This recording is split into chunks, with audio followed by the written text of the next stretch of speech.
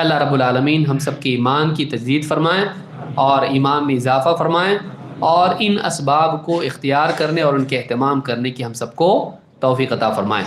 اقول ھذا واستغفر اللہ لی ولکم۔